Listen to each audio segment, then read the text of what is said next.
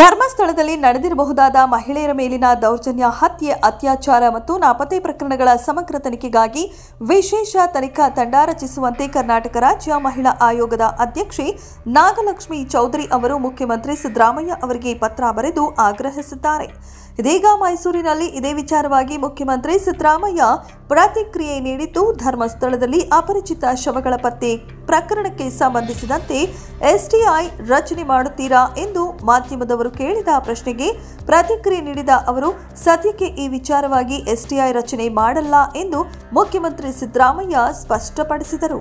July 12ರಂದು ಮಾಧ್ಯಮಗಳಲ್ಲಿ ಪ್ರಸಾರವಾದ ವರದಿಗಳ ಪ್ರಕಾರ ಒಂದು ತಲೆಬುರುಡೆ ದೊರೆತಿದ್ದು, ವೈದ್ಯಕೀಯ ವಿದ್ಯಾರ್ಥಿನಿ ನಾಪತ್ತೆಯ ಬಗ್ಗೆ ಕುಟುಂಬದವರ ಹೇಳಿಕೆಯು ಗಮನಾರ್ಹವಾಗಿದೆ.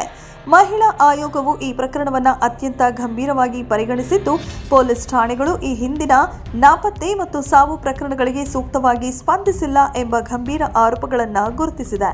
ಕಳೆದ 20 ವರ್ಷಗಳಲ್ಲಿ ಧರ್ಮಸ್ಥಳ ಮತ್ತು ಸುತ್ತಮುತ್ತಲ ಪ್ರದೇಶಗಳಲ್ಲಿ ವರದಿಯಾಗಿರುವ ನಾಪತ್ತೆಯಾದ ಮಹಿಳೆಯರು, ವಿದ್ಯಾರ್ಥಿನಿಯರು, ಅಸ್ವಾಭಾವಿಕ ಸಾವು, ಕೊಲೆ ಹಾಗೂ ಅತ್ಯಾಚಾರ ಪ್ರಕರಣಗಳ ಸಮಗ್ರ ತನಿಖೆಗಾಗಿ ಹಿರಿಯ ಪೊಲೀಸ್ ಅಧಿಕಾರಿಗಳ ನೇತೃತ್ವದಲ್ಲಿ ಎಸ್ಐಟಿ ರಚನೆ ಅಗತ್ಯವಿದೆ ಎಂದು ನಾಗಲಕ್ಷ್ಮಿ ಚೌಧರಿ ಅವರು ಮುಖ್ಯಮಂತ್ರಿಗಳಿಗೆ ಮನವಿ ಮಾಡಿದ್ದಾರೆ.